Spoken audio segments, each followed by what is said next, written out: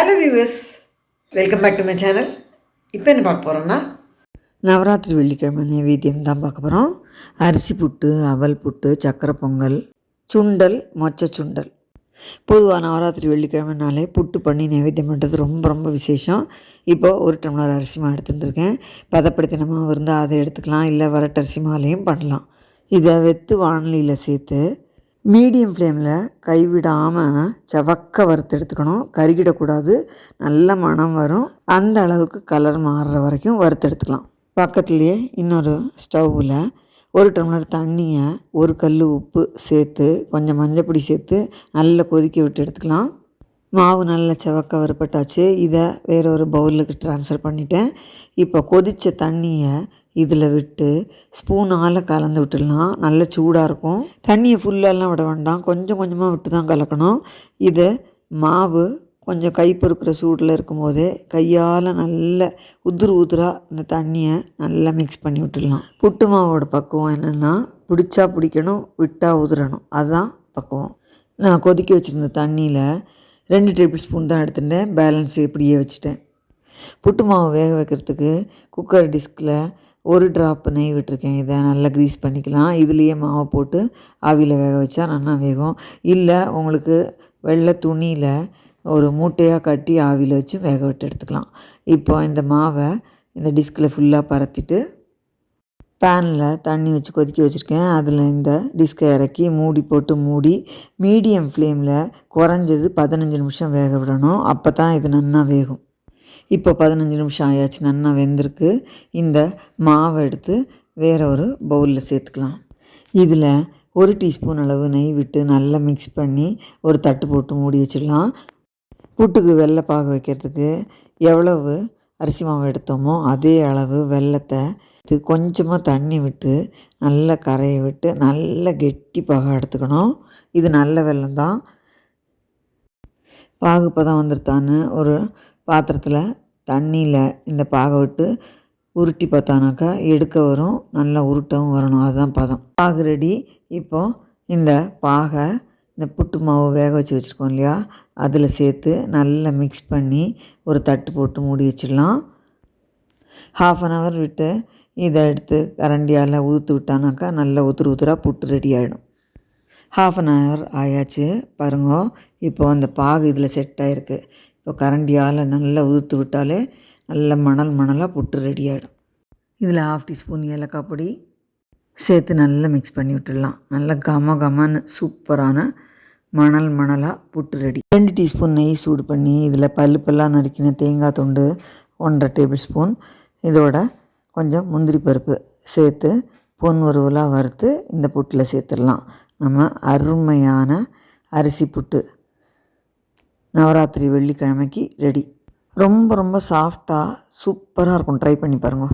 அவல்லையும் புட்டு பண்ணலாம். அவல் புட்டு பண்ணுறதுக்கு ஒரு சின்ன கப்பு அவல் எடுத்துட்டுருக்கேன். இதை கைவிடாமல் கிளறி நல்ல கலர் மாதிரி அவல் நல்ல வறுபட்ட ஸ்மெல் வரும், அந்த அளவுக்கு இதை வறுத்தெடுத்தாச்சு.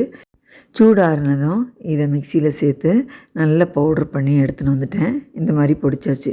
இப்போது 1/2 டம்ளர் தண்ணியில் மஞ்சப்பொடி சேர்த்து நல்லா கொதிக்க வச்சு எடுத்துட்டேன். இதில் ஒரு பிஞ்சு உப்பு சேர்த்து பொடி பண்ணின அவலை ஒரு கேசரோவில் சேர்த்துருக்கேன். இந்த அவல் பொடியில் இந்த சூடு வெந்நீரை விட்டு நல்லா மிக்ஸ் பண்ணிடலாம். கொஞ்சமாக விட்டு விட்டு பண்ண அப்புறம் ஒரேடியாக விடக்கூடாது. இப்போ இன்னும் கொஞ்சம் வெந்நீர் விட்டு நல்ல கையாலேயே இந்த மாதிரி கலந்து விட்டுட்டேன். பாருங்க, தெரியறதா? ஓரளவுக்கு மிக்ஸ் ஆகிருக்கு. இந்த மாதிரி கையால் தேய்ச்சி பண்ணும்போது நல்லா ஜோராக வரும். இதுவும் பிடிச்சா பிடிக்கணும், உதுரணும், அதுதான் பதம்.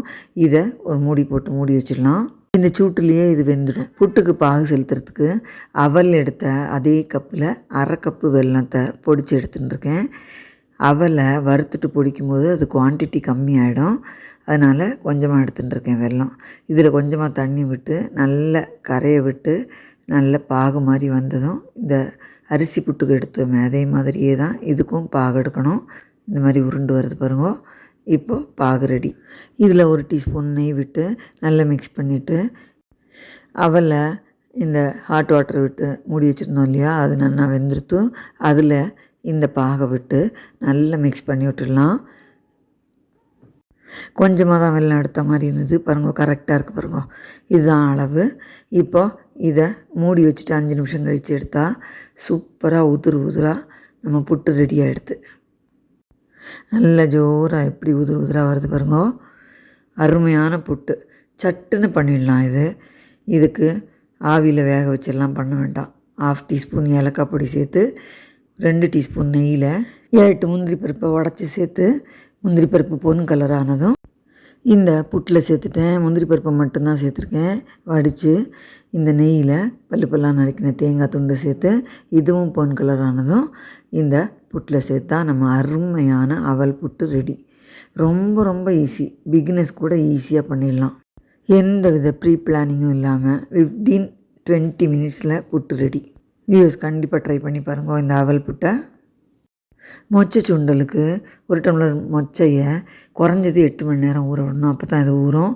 இதை 2 தடவை வாஷ் பண்ணிவிட்டு இது முங்குற அளவு தண்ணி விட்டு குக்கரில் 5-6 விசில் விட்டு எடுத்துக்கலாம். வானிலையில் 2 டீஸ்பூன் தேங்காய் எண்ணெய் சூடு பண்ணி இதில் கடுகு, கருவேப்பிலை, இது கூடவே கொஞ்சம் சில்லி பவுடர் 1/2 டீஸ்பூன் சேர்த்துருக்கேன். இதில் கொஞ்சம் லேவிஷாகவே பெருங்காயப்பொடி சேர்த்துக்கிறேன். இந்த சுண்டலுக்கு தேவையான உப்பையும் சேர்த்து இதில் வேக வச்சுருந்த மொச்சையை இதில் சேர்த்து நல்லா கலந்து விட்டுடலாம். மீடியம் ஃப்ளேமில் ஒரு 2 நிமிஷம் இருக்கட்டும். இந்த உப்பு காரம்லாம் இதில் ஏறிக்கும். நீங்கள் தனியா, மிளகா வத்தல், பெருங்காயம் எல்லாத்தையும் வறுத்து பிடிச்சி கூட சேர்க்கலாம். அதுவும் டேஸ்ட் சூப்பராக இருக்கும். இப்போ நல்லா மிக்ஸ் பண்ணினதுக்கப்புறம் கொஞ்சம் இதில் இருந்த தண்ணியெல்லாம் லேசாக வற்றினதும் 3 டேபிள் ஸ்பூன் அளவு ஃப்ரெஷ்ஷு தேங்காய் துருவல் சேர்த்துக்கிறேன். தேங்காய் துருவல் எவ்வளோ வேணால் சேர்க்கலாம். ரொம்ப ஜோராக இருக்கும். இப்போ நம்ம ஜோரான மொச்சை சுண்டல் ரெடி. நவராத்திரி வெள்ளிக்கிழமை ஸ்பெஷல் நைவேத்தியம் மொச்சை சுண்டல். சர்க்கரை பொங்கலுக்கு இது சின்ன டம்ளரில் 1 டம்ளர் பச்சரிசி எடுத்துட்டுருக்கேன். இதை லேசாக வறுத்து எடுத்துக்கலாம். கலர்லாம் மாற வேண்டாம். லைட்டாக லேசாக வறுத்து எடுத்துகிட்டு இதை வேறு பாத்திரத்துக்கு சேர்த்துக்கிறேன். இதே வாண்டியில் 1/4 பங்கு பயத்தம்பருப்பு எடுத்து இதையும் லேசாக வறுத்துக்கிறேன். இதுவும் ரொம்ப செவக்கணுங்கிறதெல்லாம் இல்லை, லைட்டாக கலர் மாறும் அந்த அளவுக்கு வறுத்துட்டு இதோடு சேர்த்து வாஷ் பண்ணி குக்கரில் வச்சு 1க்கு 3 தண்ணி விட்டு நல்லா குழைய வேக வச்சு எடுத்துருக்கேன். இது 2.25 கப்பு வெல்லம், அரிசியும் பருப்பும் சேர்த்து 3/4 டம்ளர், அதுக்கு 3 பங்கு எடுத்துட்டுருக்கேன். இது நல்ல வெல்லம் தான், இதில் குப்பையெல்லாம் கிடையாது. இதை கொஞ்சமாக தண்ணி விட்டு நல்ல கரையை விட்டுட்டு பச்சை வெல்லம் வாசனை போக ஒரு பாகு பதம் வந்ததுக்கப்புறம் இதை சேர்க்கலாம். அப்போ ரொம்ப நல்லாயிருக்கும். கொதிக்கட்டும். எல்லாம் கரைஞ்சி பச்சை வெல்லம் வாசனை போக கொதிச்சாச்சு. கலர் பாருங்க சூப்பராக இருக்குல்ல. இந்த மாதிரி டார்க் கலர் வெல்லம் தான் சக்கரை பொங்கலுக்கெல்லாம் ரொம்ப நல்லாயிருக்கும். பார்க்குறதுக்கும் நல்லாயிருக்கும், டேஸ்ட்டும் நல்லாயிருக்கும். இப்போ இந்த மசிச்சு வச்சுருக்கிற அரிசி பருப்பை இதில் சேர்த்துடலாம். இந்த அளவு மசிச்சு வச்சா தான் 3 வெல்லம்லாம் சேர்க்கும்போது ஒன்றில் தென்மா தேராமல் இருக்கும், இல்லைன்னா தேரிக்கும். இப்போ இதை சேர்த்து நல்லா மிக்ஸ் பண்ணி வரட்டிக்கலாம். நல்ல ஜோராக வரண்டெடுத்து சக்கரை பொங்கல் பாருங்க சூப்பராக நல்லா வரண்டாச்சு. நான் இது வரைக்கும் இதில் ஒரு சொட்டு நெய் கூட விடலை. இதில் 1/2 டீஸ்பூன் ஏலக்காய் பொடி, மேலாக ஒரு 2 டேபிள் ஸ்பூன் அளவு நெய் விட்டுக்கலாம். நிறைய நெய் விட்டால் மாதிரி இருக்கும். இப்போ இதை நல்லா மிக்ஸ் பண்ணி விட்டுடலாம். நம்ம சக்கரை பொங்கல் ரெடி ஆகிடுது. ஸ்டவ் ஆஃப் பண்ணிடலாம். சக்கரை பொங்கலுக்கு முந்திரி பருப்பு வறுத்து போடுறதுக்கு 1 டேபிள் ஸ்பூன் நெய் சூடு பண்ணியிருக்கேன். இதில் முந்திரி பருப்பு சேர்த்து வறுத்து இதில் சேர்த்துடலாம். நம்ம சூப்பரான சக்கரை பொங்கல் ரெடி.